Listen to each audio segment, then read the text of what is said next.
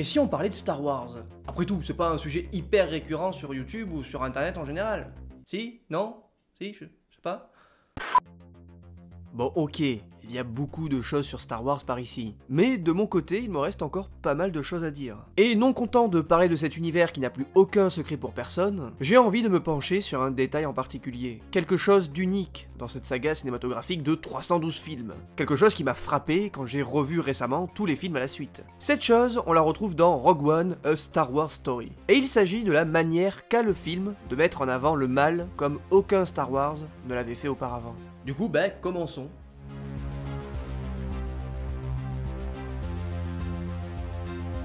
Ah, Star Wars, ce foutu Star Wars.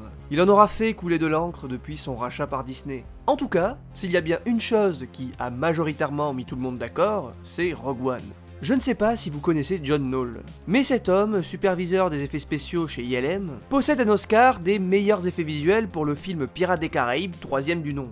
En gros, c'est lui qui est responsable, entre autres, d'un des personnages en CGI les plus réussis de ces 20 dernières années.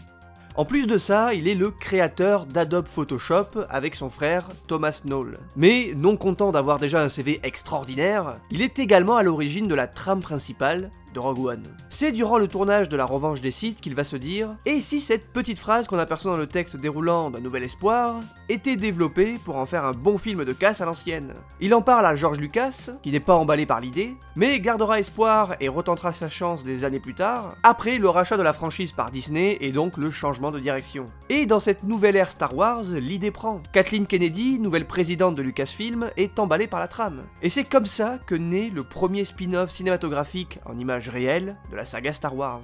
La suite, vous la connaissez, succès critique, succès public, 1 milliard de dollars, Disney qui prend la confiance et qui enchaîne avec Solo, mais bref, on n'en parlera pas ici. Non, comme je vous l'ai dit, ici on va s'intéresser à la manière dont Gareth Edwards met en scène son film, et arrive à s'approprier de la plus belle des manières un univers pourtant très casse-gueule. Il faut quand même savoir que Gareth Edwards est un gros fanboy de Star Wars, et genre un vrai de vrai.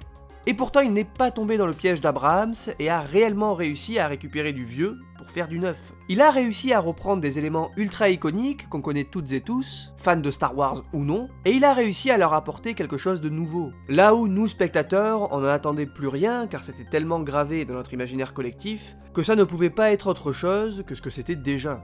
Prenez l'Étoile de la Mort par exemple. Ça fait plus de 40 ans qu'on la voit partout, mais on ne sait pas vraiment ce qu'elle a dans le ventre au final. On sait qu'elle est très puissante, mais à part à travers une démonstration pas super convaincante sur laquelle je reviendrai plus tard, elle n'a pas vraiment fait ses preuves, à part dans sa fragilité excessive, se faisant détruire par 2 fois. Tout ça, Edwards l'a bien compris, et dans Rogue One, il en fait l'arme qu'elle aurait dû être depuis le début. Dans Rogue One, elle est un personnage à part entière. Elle est mise en valeur sous toutes les coutures, comme jamais elle ne l'a été. Prenons en exemple 2 scènes, sa première apparition et sa première utilisation. L'introduction de l'Étoile de la Mort est à la hauteur de sa démesure. Un chasseur, qui est grand comme ça, à taille humaine, laisse place à un destroyer impérial sortant de l'ombre et imposant une grandeur phénoménale, qui laissera également apparaître derrière lui une infime partie de l'Étoile de la Mort qui impose alors à ce moment-là une sorte de démesure ahurissante. Et ça, c'est ce qui constitue un des nombreux points forts de la courte filmographie de Gareth Edwards, qui a déjà expérimenté ce rapport d'échelle dans l'excellent Monsters en 2010 et le plutôt bon Godzilla en 2014. Et dans Rogue One, il va perpétuellement nous mettre face à la réelle puissance de cet univers. C'est en filmant à hauteur d'homme, caméra à l'épaule, qu'Edwards parvient à faire prendre conscience de l'indécente grandeur des éléments qu'il manipule dans ses films. C'est avec sa vision bien précise et sa manière de mettre en perspective les différents éléments dans le cadre qu'il parvient à offrir à cette arme ultime une puissance visuelle incroyable. Dans l'épisode 4, il y a également ce rapport d'échelle durant la première apparition de l'arme. Le film commence avec un destroyer qui se dévoile de manière interminable, suggérant une immense circonférence, mais en revanche, quand on introduit l'Étoile de la Mort, ce même destroyer réapparaît, mais de façon bien plus minime à l'écran. Malheureusement, ça ne suffit pas à en prendre la pleine mesure, je trouve. En revanche, cette scène en milieu de film rend bien plus honneur à la station orbitale, notamment à travers la réaction des personnages en la découvrant, mais aussi car le rapport d'échelle est ici bien plus impressionnant, surtout quand on connaît la véritable taille du Millennium Condor. Maintenant qu'on a vu l'introduction de l'arme, arrêtons-nous sur son utilisation. Dans Rogue One, notre petit groupe de rebelles se rend sur Jedha pour retrouver Saw Gerrera. Une des villes de cette planète, Jedha City, est sous occupation impériale. Ces derniers sont en train d'extraire les cristaux Kyber des anciens temples Jedi. Une fois le travail terminé, le directeur Krennic positionne l'étoile de la mort au-dessus de Jedha City afin de détruire la ville pour faire passer un message. Et rien de mieux pour ça que de détruire en partie une planète dédiée jadis aux coutumes Jedi, et par la même occasion tester la puissance et l'efficacité de l'arme. L'étoile de la mort se met donc en position de tir, créant sur son passage une éclipse qui va faire sombrer la planète dans une sorte de pénombre qui accompagnera un chaos ambiant où l'espoir n'est plus permis. L'arme tire sur Jedha City et crée une onde tellement énorme qu'un tsunami terrestre se formera et détruira tout à des kilomètres à la ronde. Alors certes, ici l'étoile ne détruit qu'une ville, là où dans le 4, elle détruit toute une planète. Mais pourtant, l'impact émotionnel est décuplé, de par le fait que le rendu de l'attaque est terrestre. On assiste à cette destruction massive sur place, on est témoin de ce chaos, on voit des gens fuir, mourir. Mais aussi et surtout, on vient de passer une dizaine de minutes au plein cœur de la ville qui grouillait encore de vie, et toutes ces vies on les a vues avant qu'elles ne soient réduites en cendres. Dans l'épisode 4, c'est plutôt différent. On est témoin de la destruction de la planète Alderaan, mais on ne s'est pas rendu sur cette planète. On ne sait pas quel genre de vie l'abrite. On voit juste un laser qui détruit une grosse boule. Bien sûr, pour ce qui est d'assister à la destruction directement sur la planète, ça n'était clairement pas possible à cette époque en termes d'effets visuels. Mais au moins nous faire quelques plans des villes et de leurs habitants avant la destruction. Là, on doit avoir de l'empathie seulement à travers le regard de la princesse Leia. Et le problème, c'est que le jeu de la regrettée Carrie Fisher n'est pas assez poignant pour que l'on prenne conscience de la gravité du geste. Elle vient de perdre sa famille, ses amis, tout son peuple. Et pourtant, dans la scène qui suivra cet événement, on la retrouvera toute pimpante comme s'il ne s'était rien passé. Ce qui fait que tout ça manque clairement d'impact émotionnel, et du coup, de ce fait, rend l'arme beaucoup moins impressionnante. Et c'est là où cette modernité, cette maturité chez Gareth Edwards est au total opposé de la vision quasi enfantine de la trilogie originale. Et ça n'est pas péjoratif bien entendu, puisque la trilogie originale parvient quand même à dégager une certaine dramaturgie. Mais dans Rogue One, elle l'est décuplée. Les enjeux sont les mêmes, mais tout paraît plus sérieux, plus crédible. Prenez les rebelles par exemple. Ce ne sont plus de gentilles personnes toutes lisses et sans défaut. C'est la guerre, et en temps de guerre, la notion de bien et de mal est constamment remise en cause. Il y a des gestes impitoyables des deux côtés, il y a des gens qui meurent. Et c'est ce que j'aime avec Rogue One, les protagonistes sont traités avec nuance. Galen Erso est une des grosses têtes de l'Empire, c'est lui qui a rendu le projet de l'étoile de la mort possible. Mais il l'a fait pour protéger sa fille, et surtout pour pouvoir y glisser des failles. Cassian Andor, espion rebelle, qui est prêt à tout, même à tuer pour mener à bien sa mission, qui a été entraîné dans ce conflit tout jeune malgré lui, et qui maintenant fait tout pour faire avancer la cause, même si ça doit impliquer des gestes inhumains. Saw Gerrera, ennemi de l'Empire, mais bien trop extrémiste et radical pour faire partie de l'Alliance rebelle. Un homme qui déjoue les plans de l'ennemi à coups d'attentat, et tant pis s'il y a quelques dommages collatéraux. On passe donc d'un combat d'une certaine noblesse, où le bas peuple est mis de côté, en tout cas n'est pas montré pour mettre en lumière les élus, à la guerre pure et simple, où les armes de l'Empire ne servent plus qu'à blesser nos héros, mais aussi le peuple en général, et les innocents. En tout cas, ici on est témoin de ça visuellement.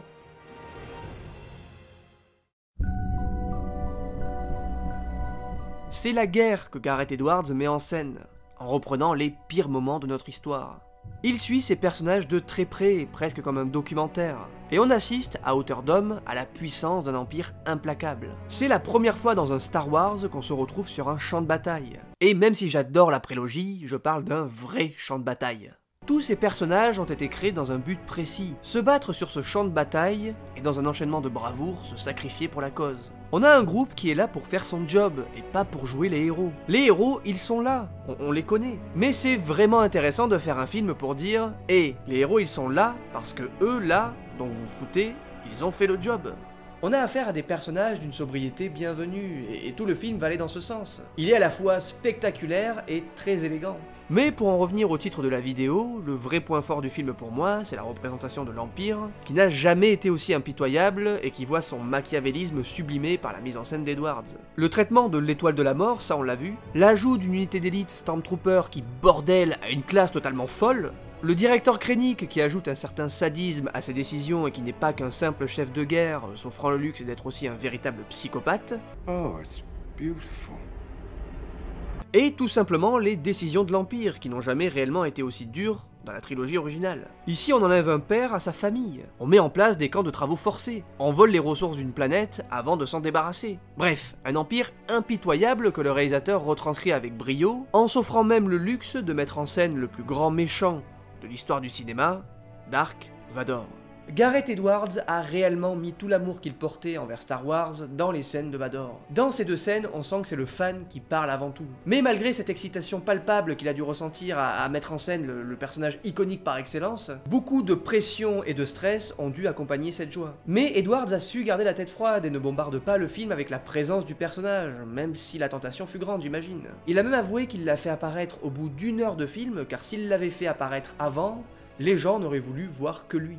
On a donc ces deux scènes. Une première scène sur Mustafar où il a un pied-à-terre, preuve que le personnage souffre encore d'une certaine mélancolie. Dans cette scène, on l'aperçoit pour la première fois dans une sorte de tube de régénération. On le met à nu aux yeux du spectateur qui lui le connaît bien, avant de l'iconiser de nouveau dès lors qu'il débarque dans la salle où se trouve Krennic. Je veux dire, là l'image parle pour elle-même, pas besoin d'en dire plus. Un jeu de domination va commencer entre Vador et le directeur, avant de venir asseoir son autorité pour de bon à travers un geste tout aussi iconique que le personnage et l'environnement dans lequel il évolue. Bref, cette scène est un bonbon pour les fans, mais en plus elle s'inscrit parfaitement dans le récit, et l'apparition de Dark Vador se fait naturellement au vu de la timeline du film. Et si cette scène est une réussite totale, la seconde va s'avérer être un des plus grands moments de la saga tout entière.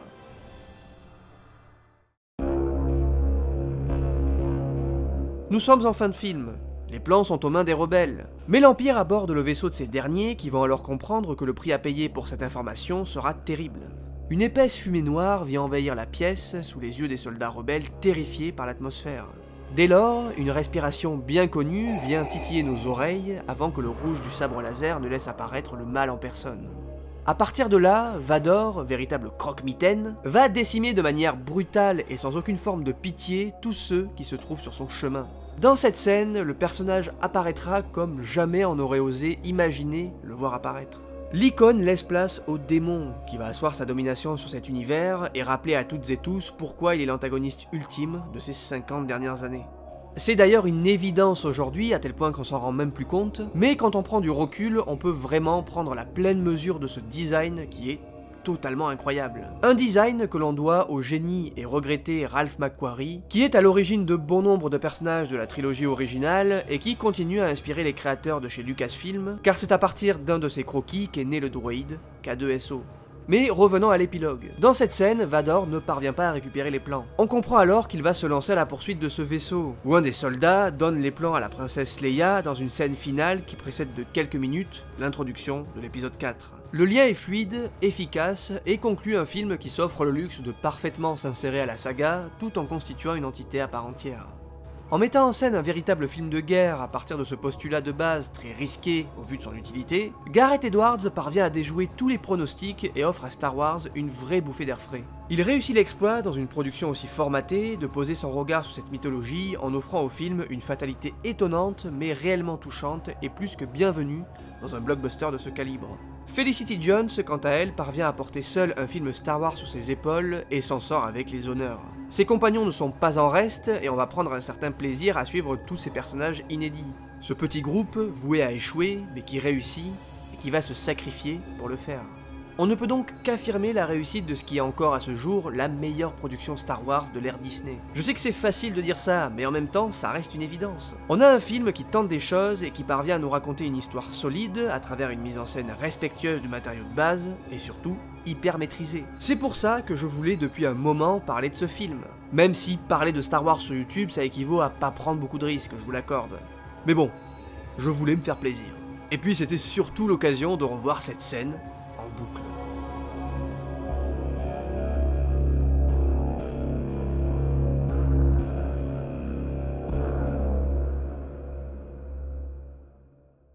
Et bien voilà, la vidéo est à présent terminée, j'espère qu'elle vous aura plu. Je tiens à remercier le partenaire de cette vidéo qui est NordVPN. Vous connaissez sans aucun doute NordVPN, j'imagine, mais je vais quand même vous en parler ici parce qu'ils font des choses plutôt sympathiques. NordVPN va vous permettre de protéger vos données personnelles. Par exemple, si vous êtes dans un aéroport ou dans un centre commercial et que vous intégrez à votre smartphone ou à votre ordinateur la Wi-Fi publique, eh bien avec NordVPN, aucune chance qu'on vous vole vos données. Ça permet également d'accéder à n'importe quel site web à travers le monde. Vous êtes aux États-Unis par exemple et vous voulez voir, je sais pas moi, le replay de Top Chef sur M6, eh bien grâce à NordVPN, c'est possible. Vous êtes en France et vous voulez accéder à un site américain comme par exemple, je dis ça au hasard, le catalogue Netflix US, qui est beaucoup plus fourni que le nôtre. Un exemple tout bête, Danse avec les loups, qui est mon film préféré, vous le savez maintenant, est disponible sur le catalogue Netflix US et pas en France. Et donc avec NordVPN, vous pouvez voir Danse avec les loups sur Netflix et plein d'autres films dont vous n'aurez pas accès ici en France. En plus de ça, grâce à cette chaîne, vous pouvez avoir accès à un code promotionnel. Il vous suffit de vous rendre sur ce lien qui s'affiche également en description et en commentaire épinglé, de rentrer le code réservoir et de profiter d'une très belle réduction et d'un mois d'essai gratuit en plus sur l'abonnement de 2 ans. Et si dans les 30 premiers jours, le service ne vous convient pas, vous pouvez résilier à tout moment. Vous pouvez connecter jusqu'à 6 appareils sur un seul compte, que ce soit des ordinateurs, des tablettes, des smartphones. Le service client est français, disponible 24 h sur 24 et 7 jours sur 7. Donc j'ai envie de vous dire, qu'attendez-vous? Qu'attendez-vous? Au bout d'un moment, on clique sur le lien et on y va et ça balance quoi.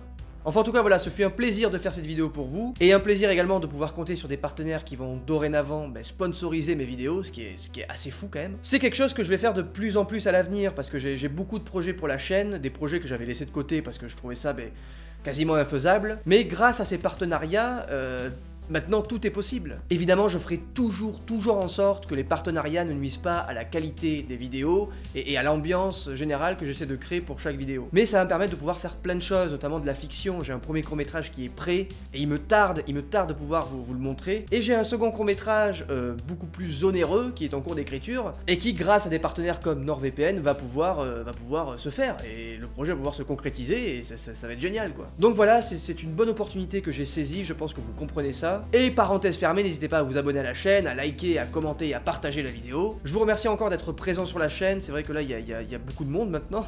Donc merci d'être fidèle à la chaîne. Je vous souhaite une très bonne journée ou une très bonne soirée. Et je vous dis à très bientôt pour de nouvelles vidéos. Et à très bientôt. Ciao.